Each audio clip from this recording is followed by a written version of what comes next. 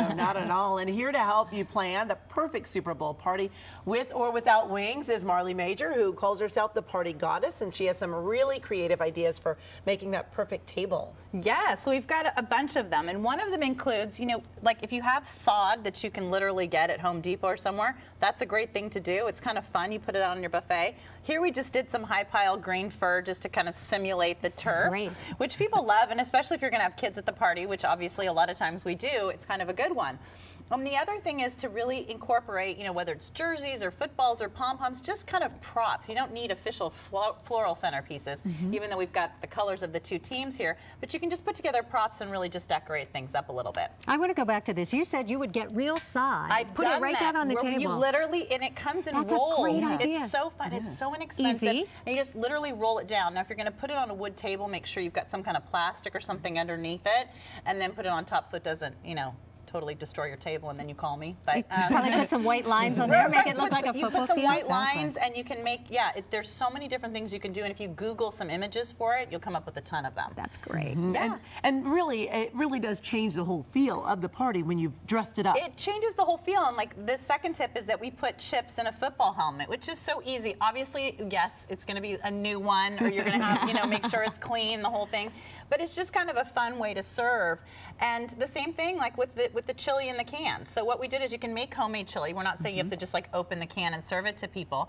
But what we did was consider, you know, really using the can, or if you don't have a lot of cans lying around, you can put it in just a big number 10 can and just kind of have that be what you're serving it out of. So it's just kind of thinking of these little extra details that make all the difference in your party. I think I'm going to have to raid my neighbor's recycling bin. I don't have a lot of cans at home, but and then you can start sanitizing. Wash them out. Yeah, wash them out, and then there you go. You've got your little containers. And then we have another idea of doing signature cocktails, and so you can put them in agua fresca containers. You can name them. We kind of did two different colors that again represent the teams. It's all about the details, and so you can call them, you know, name them after the teams or players, fun things, and you can have them be non-alcoholic, like mocktails if you're going to have kids, and then add alcohol if that's something that you want to do and keep it separate.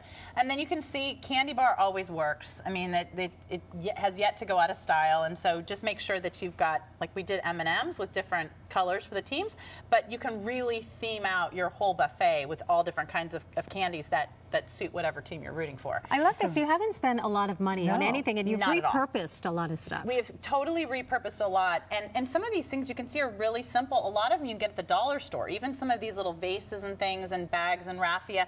Very, very simple. It's just the key is to think about it ahead of time. And the last point is to remember the kids. And having 3 children myself, I know that the best thing to do is to plan ahead for them. Keep them busy. Keep them busy. Away from the TV screen. If they are not busy, they will drive you crazy. So we just took a bunch of colored pencils and paper. You can have them create banners. You can have them do fun signs that they can, and as long as their hands are busy and they've got an activity that's just about them, you're in great shape. So pull out the butcher paper, some markers, pencils, and you're all set to go. And I love this, the paint can. The paint can, and the paint can is so inexpensive. You can just literally buy it at the hardware store, and you can do all different sizes of them too. So you can have a couple big paint cans, some with the paper in it, so you can have some smaller ones that might have markers or whatever else you want to contain, and kind of keep to the whole theme. So there are just so many things you can do with just a little bit of extra planning and not a lot of money. What about games and prizes? That's always a big one. I love the games and prizes, and in that you just consider your audience. I mean, you can do like the Starbucks gift certificates, something like that. It doesn't have to be expensive.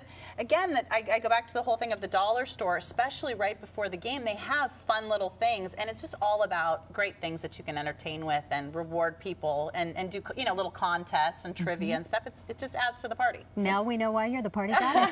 Thank you, Marley. Thank you. So much to keep up with. And for more information about Super Bowl party ideas and the party goddess, just go to KCAL9.com and click on Seen on TV. All right, coming up.